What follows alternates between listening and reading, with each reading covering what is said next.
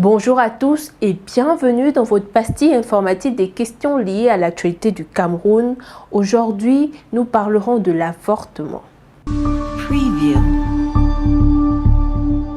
D'après l'OMS, à l'échelle du monde, une grossesse sur 5 se termine par une interruption volontaire et près de 47 000 femmes meurent chaque année des suites de complications liées aux avortements non médicalisés. Certains pays prévoient toutefois des exceptions dans le cas où la vie de la mère est menacée ou en cas de viol ou d'inceste.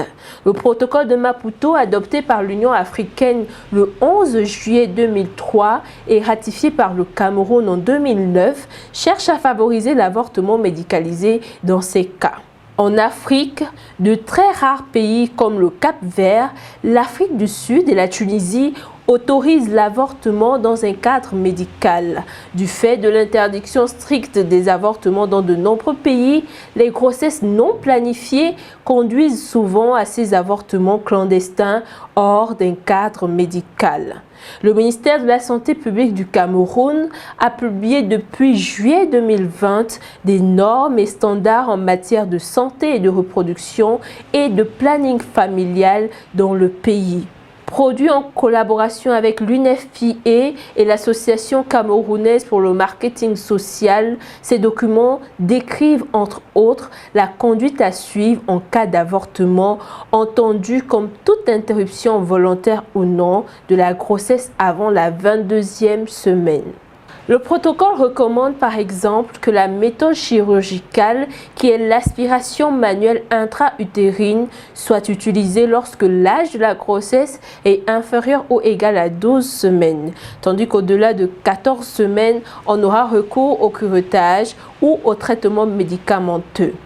Ainsi, plus l'âge de la grossesse est avancé, plus elle nécessite une équipe plus spécialisée et un équipement plus important. En tout état de cause, prescrit le MinSanté, l'avortement thérapeutique doit être fait dans une formation sanitaire de 4e, 2e, 3e et 1re catégorie et la patiente doit être internée pendant tout le processus. Une étude publiée en août 2017 dans la revue Pan-African Medical Journal et intitulée « Contribution des avortements et des grossesses extra-utérines dans la mortalité maternelle dans 3 hôpitaux universitaires de Yaoundé » conclut que 24% des avortements et 5,8% de grossesses extra-utérines contribuent pour 30% au décès maternel. Mbou Robinson Enao, directeur de la santé familiale au ministère de la Santé publique du Cameroun et un des auteurs de ces normes, précise que ces décès sont surtout consécutifs à des avortements mal effectués, des interruptions volontaires ou spontanées de grossesse non ou mal encadrées. En effet, selon l'étude réalisée en 2017, la tranche d'âge de 20 à 24 ans est la plus représentée, 33,1% dans cette mortalité du fait de l'avortement, suivie celle de 25 à 29 ans, 24,19%. Le droit camerounais considère pourtant l'avortement comme une infraction pénale et le punit d'une peine d'emprisonnement et d'une amende, sauf en cas de viol ou de menace pour la santé de la mère. Sauf que dans la pratique, les médecins et établissements hospitaliers se permettent tout avec les conséquences que l'on peut imaginer. Les risques vont de l'hémorragie à la perforation utérine en passant par une infection de l'utérus pouvant s'étendre dans tout le ventre, les trompes bouchées, l'infertilité, voire la mort.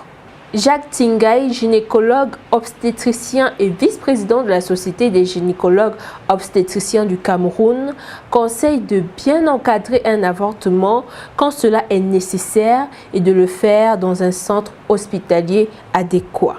Car près de 25% des décès maternels au Cameroun sont causés par des complications d'avortement à risque.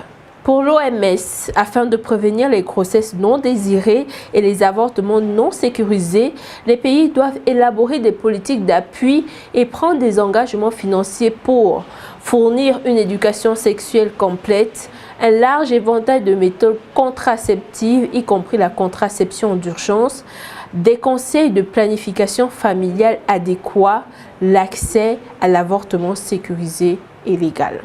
Seulement, ces conseils se heurtent dans de nombreux pays aux valeurs religieuses et traditionnelles, notamment celui de l'accès à l'avortement sécurisé et légal pour moins de mortalité liée à l'avortement. Vous étiez dans votre pastille informative des questions liées à l'actualité du Cameroun. À très bientôt.